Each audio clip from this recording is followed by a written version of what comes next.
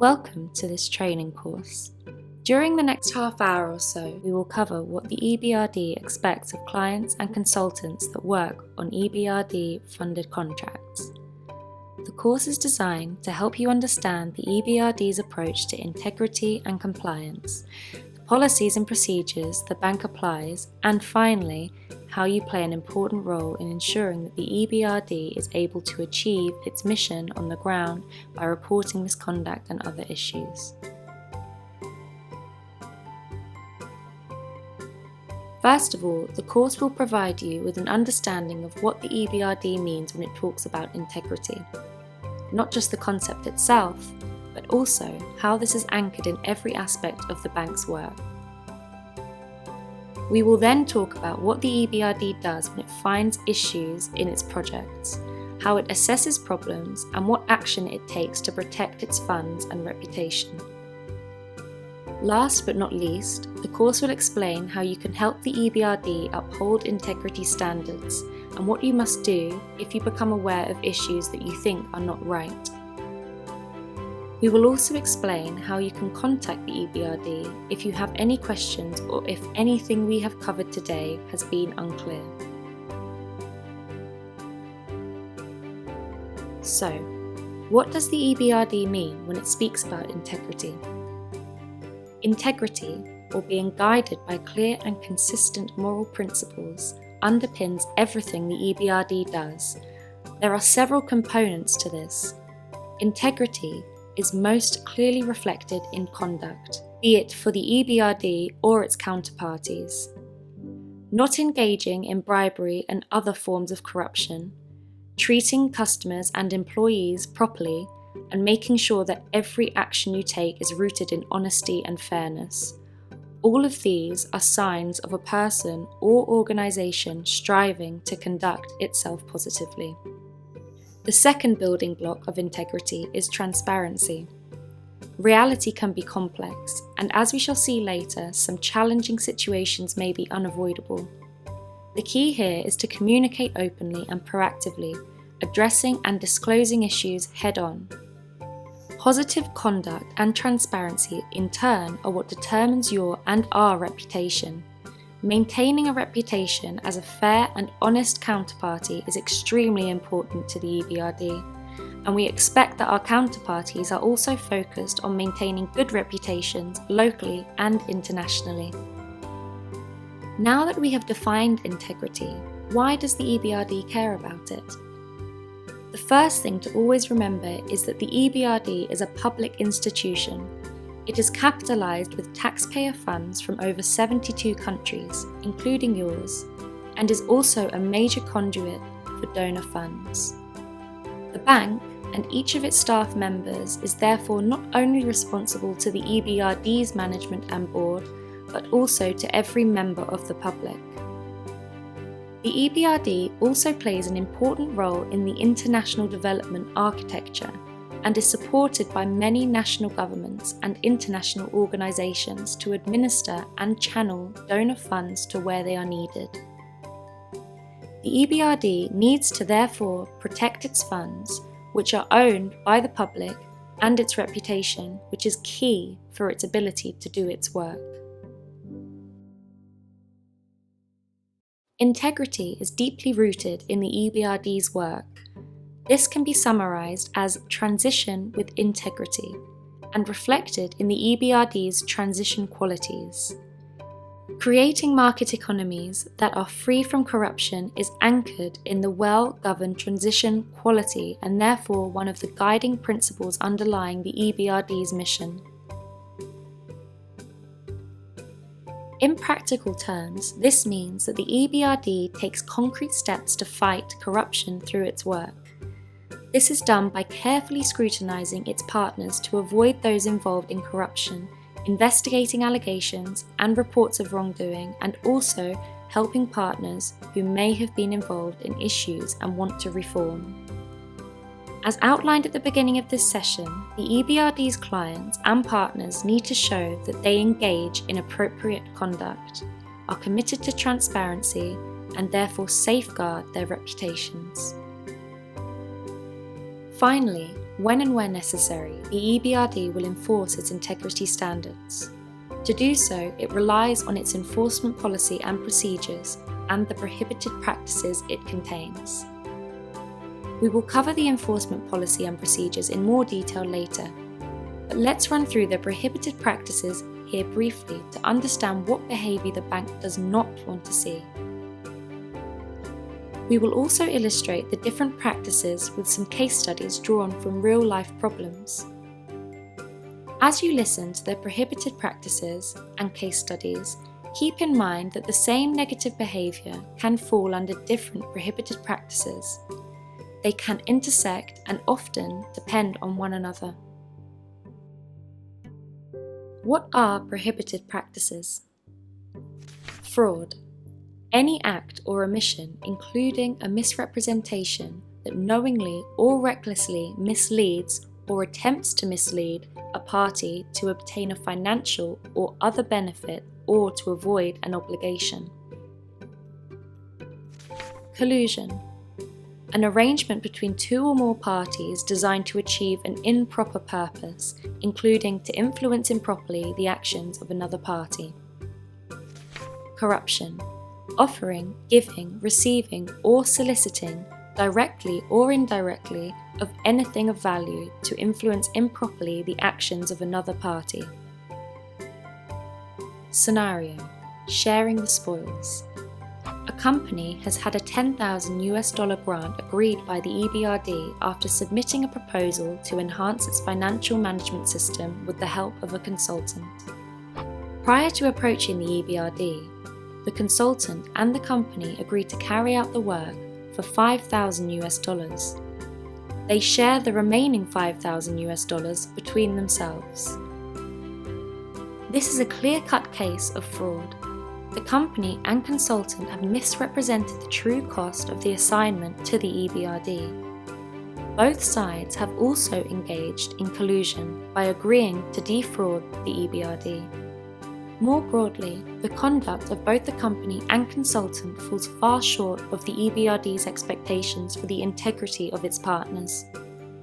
The EBRD would take such behaviour into account when selecting partners, even if the conduct occurred in non-EBRD projects. What are prohibited practices? Misuse of bank resources or bank assets. Improper use of the bank's resources or bank assets committed either knowingly or recklessly. Theft. Misappropriation of property belonging to another party. Coercion. Impairing or harming, or threatening to impair or harm, directly or indirectly, any party or the property of any party to influence improperly the actions of a party. Obstruction. 1. Destroying, falsifying, altering, or concealing of evidence material to a bank investigation which impedes the bank's investigation. 2.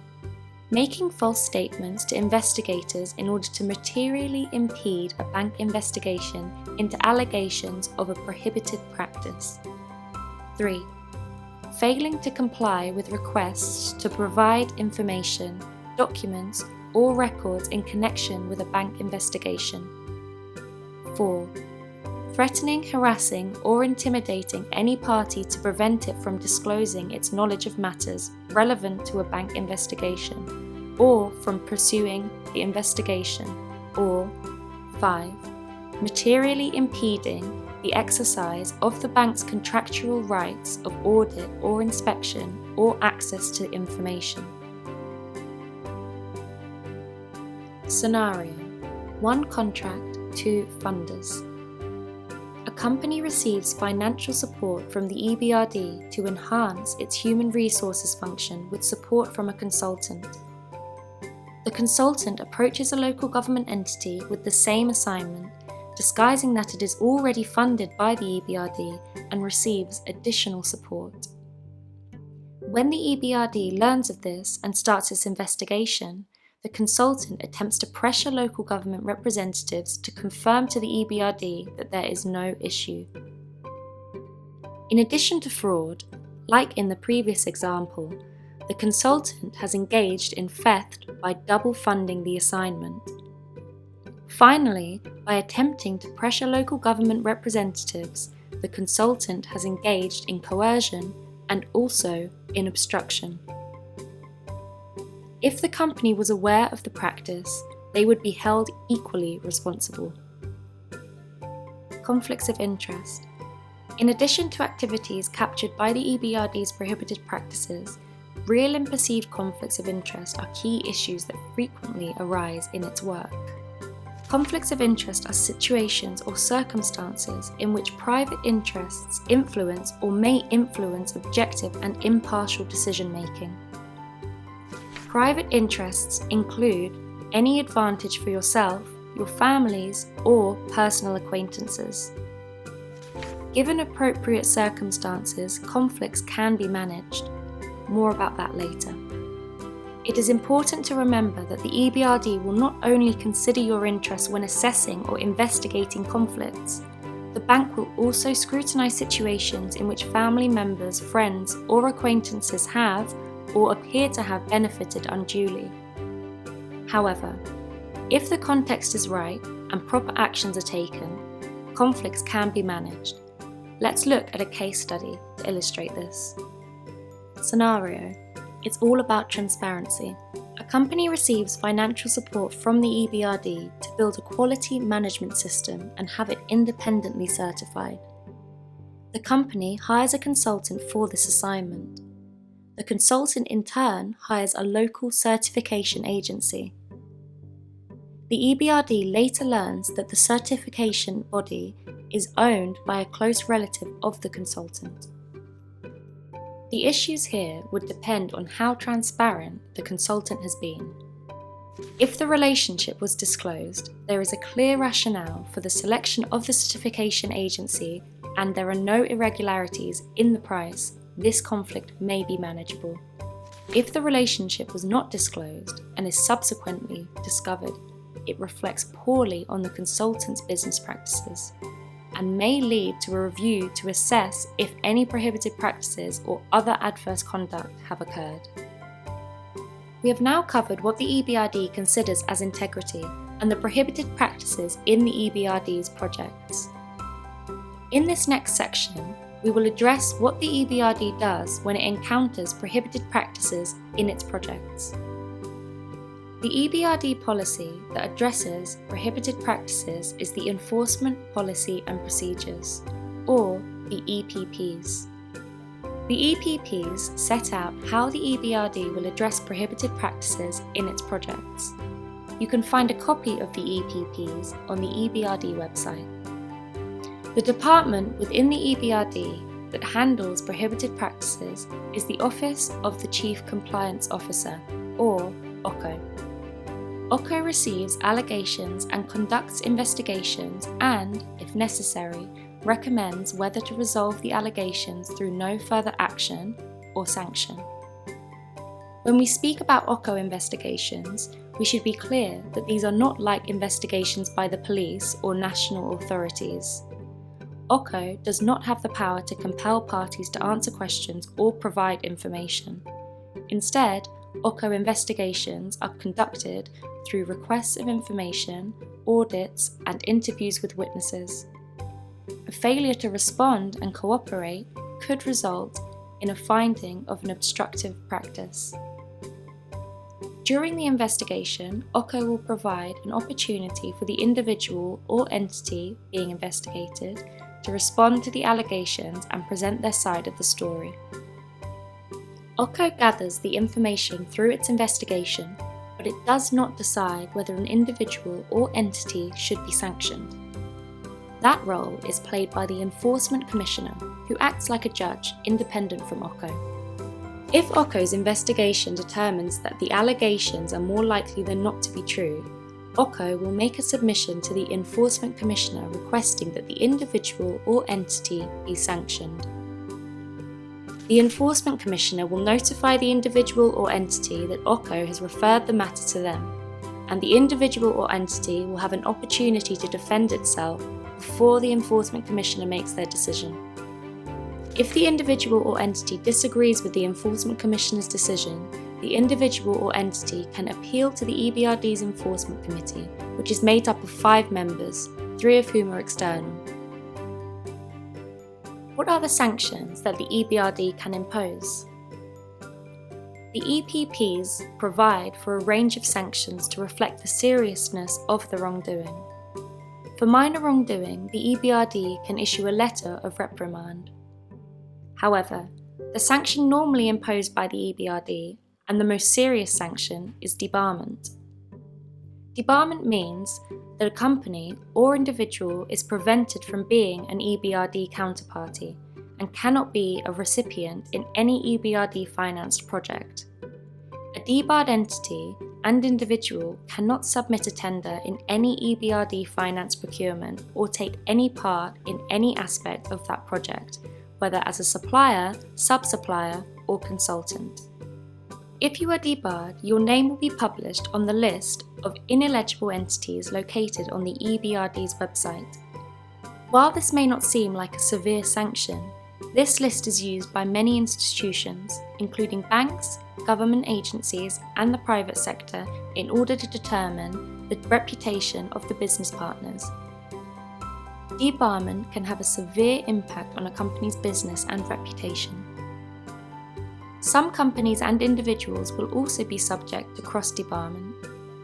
Cross-debarment means that the company and individual will also be ineligible for financing from the Asian Development Bank, African Development Bank, Inter-American Development Bank, and World Bank. Their names will also be published on the website of each institution. Now that we have explained what the EBRD does, we are going to explain what the EBRD expects you to do. As a party in an EBRD financed project, you have a responsibility to help root out fraud and corruption in EBRD projects. When you suspect that wrongdoing may have occurred, you must report suspicions of wrongdoing to the EBRD. It is important to note that you do not need to be certain that the suspicions are true. As long as you genuinely believe the information you are providing to be true, you have a good faith basis and you should report your concerns.